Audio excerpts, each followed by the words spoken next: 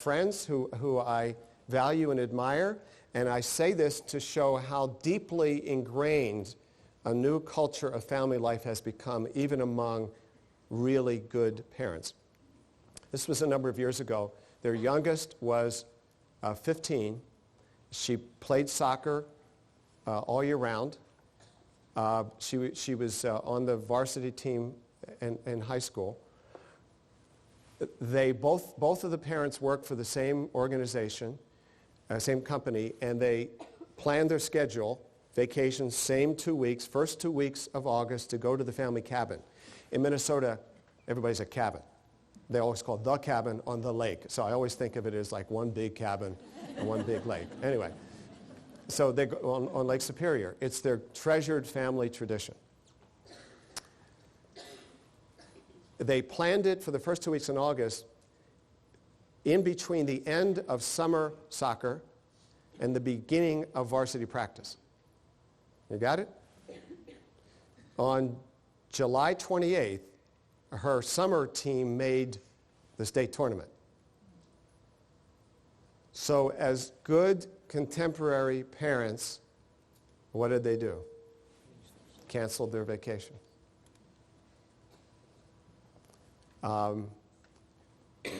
There's an organization in the Twin Cities called Children First. We say family first. Because that excessive child, and in fact some would say, well, she wouldn't have a good time if she came on the vacation if she really wanted to be playing soccer. I don't care. That's not the point of family time, is to have a good time. In fact, vacations, there's now getting to be some interesting research on vacations. Vacations are one of the potentially most powerful family times because you're together for long stretches and without a lot of outside distractions, and you have to deal with one another. Our family, my wife and our family, our kids, we used to take driving trips across the country, okay? She's remembering. And with little kids, we had a bifurcated line down the middle of the back seat. His zone and her zone. It was like a demilitarized zone. And a line. And a famous story in our family with our daughter, who is now in her 30s, so we'd love to tell the story on her. Our son had fallen asleep in the back seat, and our daughter said, his hair is over the line. Okay? An abomination to her. Okay? And then the throwing up in the back seat and going through the Rockies, having, what do we have? The car went kerplunk. Yeah. And in fact, my son was just remembering how he and I trekked to a stranger's house in the mountains to try to call. There were no cell phones in those. Call for help, and hoping they wouldn't shoot us. But I thought if I bring a little kid along, they may, so they did. Hey, remember that as one of the smartest things I ever did as a father, okay? Well, those memories, in fact, the worst times provide the best memories. When you finally get to the shores of North Carolina just before the hurricane, and you get out of Dodge, And so when you give those away to one more tournament, you rob children of their memories. Interesting, another figure here, TV watching has increased over the years, as you might imagine, and of course tube time, video terminal. But TV has become, it hasn't increased dramatically because we've had all these computers, but TV has become a more solitary activity. There's been a decrease in families watching television together. My daughter and I used to have a weekly ritual watching Wonder Years together. She was the same age as Kevin, who was the character in this show. And we had a date every Tuesday night at 7 o'clock, and we watched the Wonder Years and we talked about it during the commercials. Okay? TV, if you use it well, can be a source of... But now, 2/3 of teenagers have a TV in their bedroom, and 30% of preschoolers. 30% of preschoolers. So what we've done is we've organized the family life so that even when people are home, they're shunted off. And then final figure, again, from some of the national polls, family dinners have declined by about 1/3. They did over that 30-year period, but the rebound may have begun. So some of the polls that are tracking this say we may be on a rebound. I'm going to return to family meals later. So the question is, what's the impact of all of this? And one of the things about scholars studying social problems, at least in family life, is we're usually about 20 years behind the times. TV transformed family life in this country starting in the 1950s. The first studies of the effects of TV on family life didn't start to come out till the 70s. So we're just beginning to get our minds around this.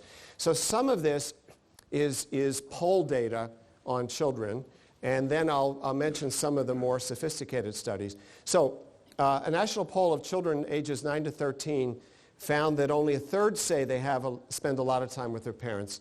When asked why not, they offered two major reasons: parents' work schedules, which we could also talk about here, and their own schedules. A national poll of Canadian parents found that 71% believe that parents, quote, don't allow kids enough time to be kids. A national poll of American U.S. parents found that 41% said that kids' schedules and homework make being a parent harder. Now, direct effects on children are harder to find. So I want to be clear about where the state of the research is. When the National Time Diary studies that track the number of extracurricular activities for kids and how much time they spend in those, find that higher rates of participation are associated with somewhat better adjusted kids. And this is actually part of why we started to ratchet up kids' extracurricular involvements, because in general, kids, particularly teenagers, do better when they're not sitting at home watching MTV, when they're involved in meaningful outside activities. And so the National Time Diaries pick that up, a small but modest association or correlation between time spent in outside activities, particularly for older kids, and their academic adjustment, their social well-being. And some of the complications of this, some kids are under schedule. Okay? So you have a lot of middle-class parents who are involving the kids in a lot. You have some particularly low-income parents whose kids are home watching MTV. If I had to choose, I would have my kids involved in too many activities, okay? So it's hard when you correlate these things. It's hard to tease all that out. And some kids, of course, have high energy levels. They love what they're doing, and they thrive. The first study that's been done that was directly looking at the scheduling issue, time, number of activities, and overload. There's only one study that looked at all of those, because these other studies were done for different reasons. And then people go back in and they try to pull out this particular issue. This was done in Montreal, a 4-country study, high school kids from the US, Canada, France, and China. And I have to tell you, it's in French, and I took French a long time ago, but through the power of the internet, I was able, and my old skills, to translate the study and to be able to talk about it. They found that the same thing the other studies found, a small positive association between more activities and better adjustment in kids. But the powerful finding was when they looked at a measure of overload, surcharge, they call it in French, okay? The experience of overload, that had the powerful connection with kids' self-esteem, negative connection, and their overall sense of well-being. And I just before I came here, I emailed the author and said, could you give me some of the breakdowns of some of the items in the survey of overload? And so this is, again, a 4-nation study now. 52% of the adolescents said they agree with this statement: I feel overwhelmed by all I have to do. And 51% agreed with the statement: I often feel in a rush. That indicates that this generation is feeling some things about this that previous generations did. And then the last point I want to make about this section of it is that in an individualistic culture, we're always looking at individual outcomes, how the self-esteem of the individual child or their psychological well-being.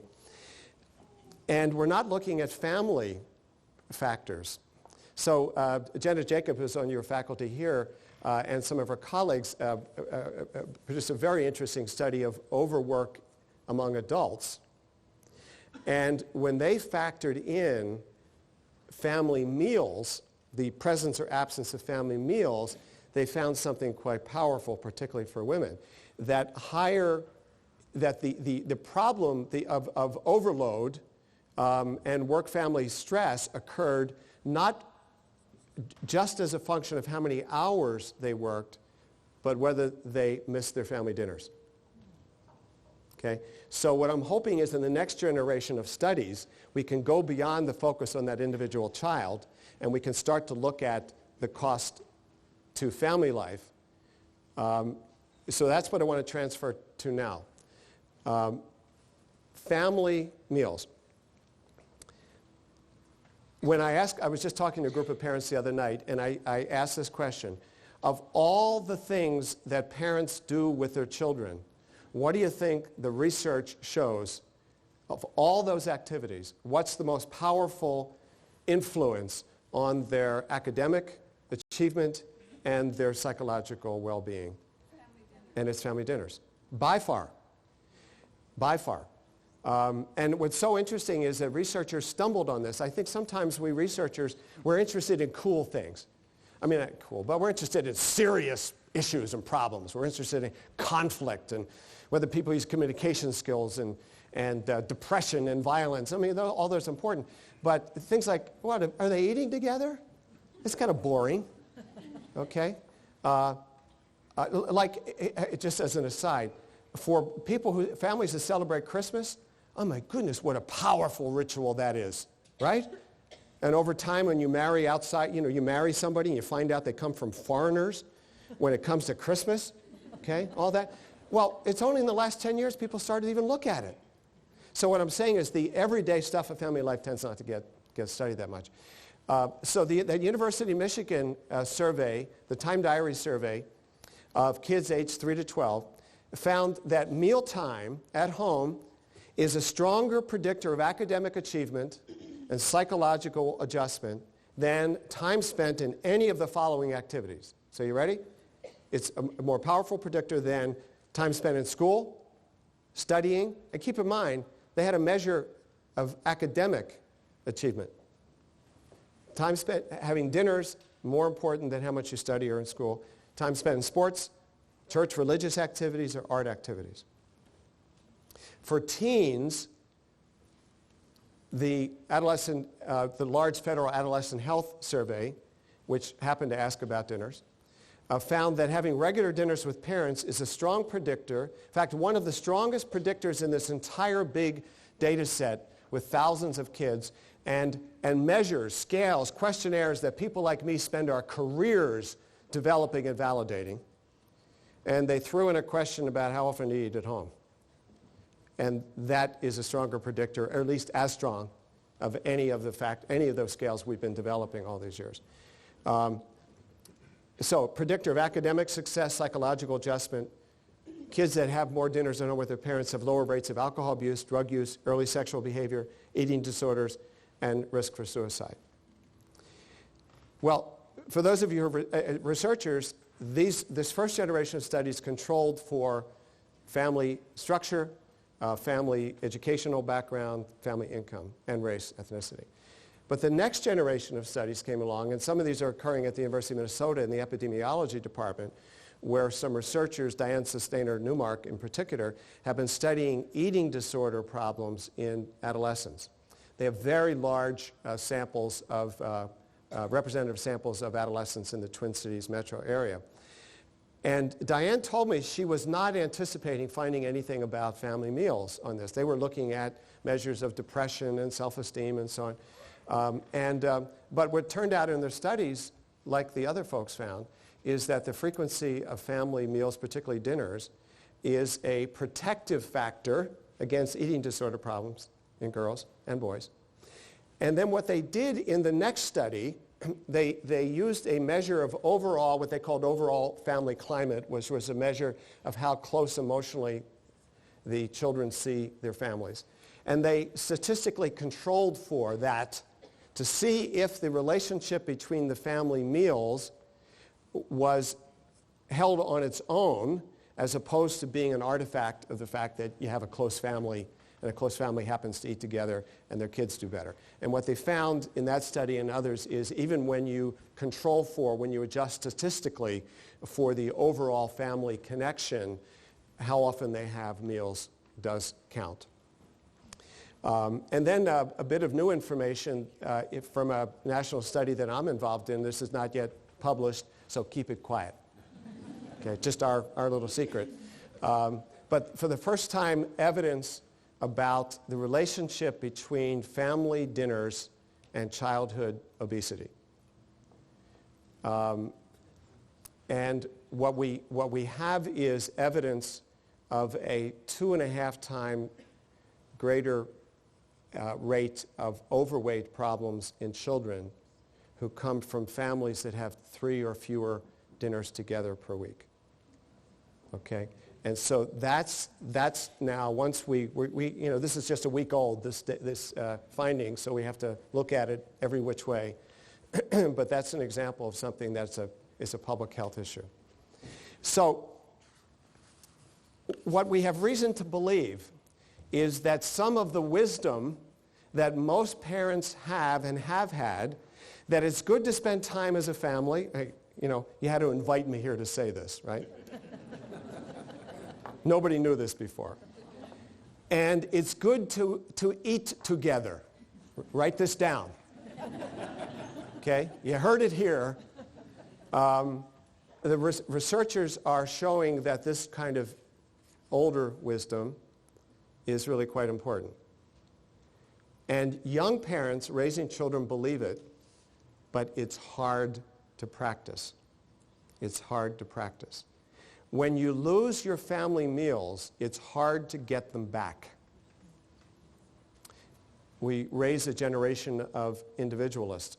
One 16-year-old girl interviewed by National Public Radio in a feature on family dinners was asked, do you have family meals? Have you had family dinners? She said, no. Why would we do that? And then she said, why would we all eat together at the same time if we're not all hungry at the same time? You get the logic? The other problem is that when we do the fast food world, everybody, if you take your family to McDonald's, you don't say we're all going to have Big Macs tonight, small fries, and 7-Up. Everybody chooses their own from the menu, their own meal, right? And so you translate home, and the individualistic family culture says, I don't choose to have chicken tonight, Mother. I feel like such and such. Okay? And then some of the mothers or fathers will jump. They will jump. Okay? Microwave ovens have been the bane of family dinners. Why? Because it's hard to prepare a whole meal at once in one of those things, right? And so you get the sequential meals in front of the TV. So half of American families with kids have the TV on during dinner every night. Okay? A 6-year-old can take a burrito out of the freezer, program their microwave, and have exactly what he or she wants, which is as the Sprite commercial says, obey your thirst. So what I want to do now is to have some conversation with you about why you think this has happened in the last 30 years. If this was 30 years ago, I would not be giving a talk on this topic. There have always been challenges with families and kids, but this issue of parenting wisely in a too much of everything world is one that is more powerful now than it was 30 years ago. Parents are struggling more. Good parents. I was talking at dinner with some, with folks, here that it's a challenge for our children to not go over the top with birthday parties, to not get their 3-year-olds in 4 activities.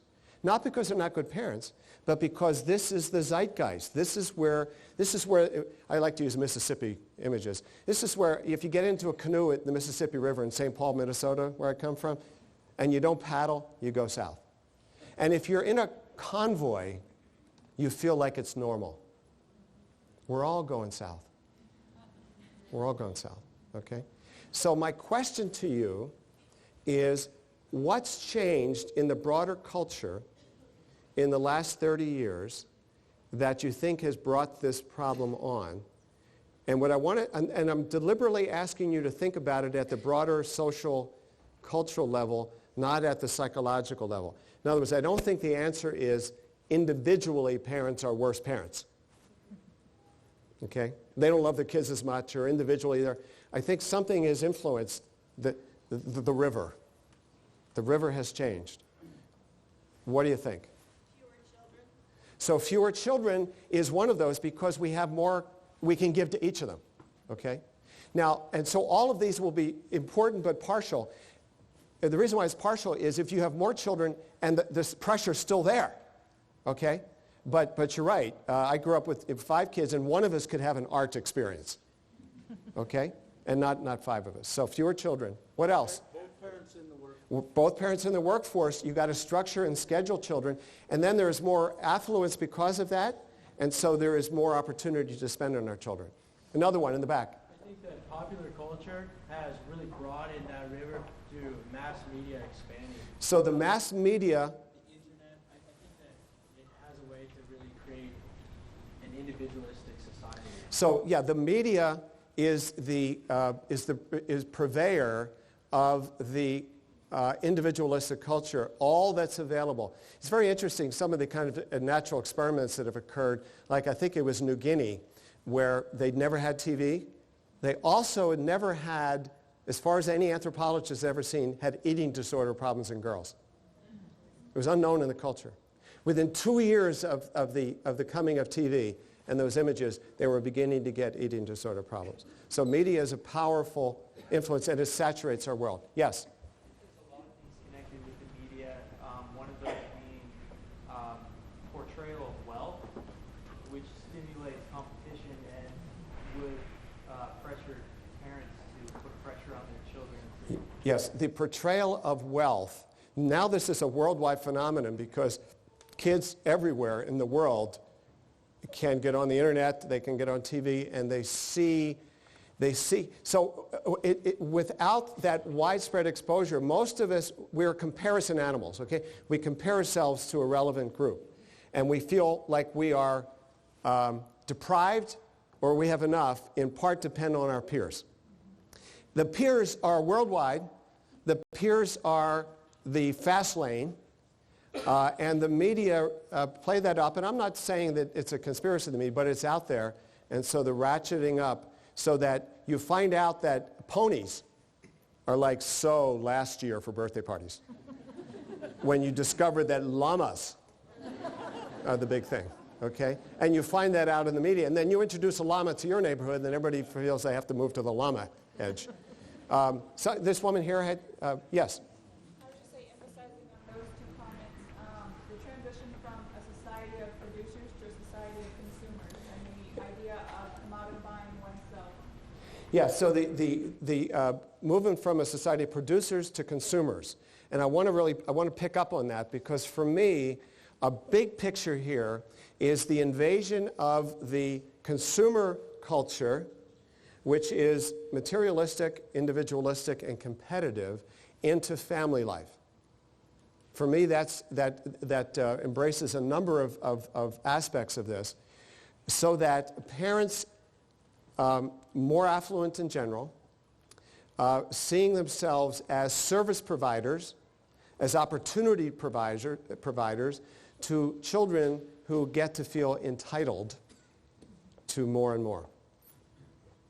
And this is inherently an insecure position to be in, because in a consumer-oriented culture of family life, it's never enough. Somebody's always doing more than you are doing.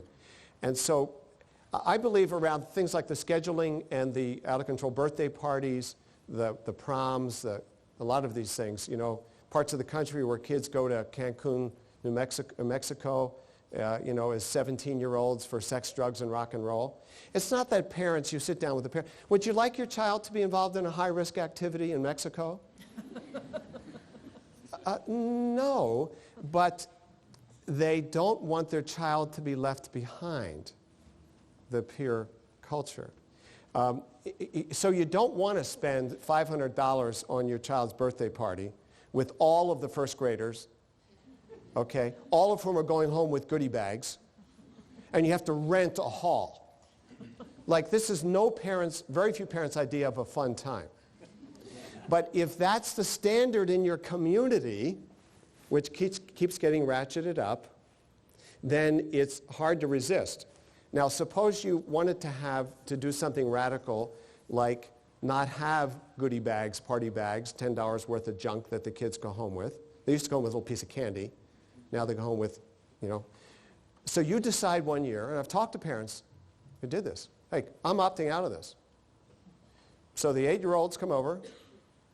You didn't outsource it and hire professional clowns. You have the party in the old way, cake and ice cream, and there's some presents. There's no party bags. There's no goodie bags. So this is a family in which one little 7-year-old said, "Where's my party bag?" And the mother said, "Oh, Jason, we decided not to do those this year." And he says, quote, "What a ripoff." Meanwhile, the party girl bursts into tears. She's humiliated. So next year, you're going to not have party bags. If you're an average parent, you're going to not put your child through this. Your child's going to beg you. He's going to beg you. So it ratchets up, it ratchets up, it ratchets up. So this bigger picture then of parents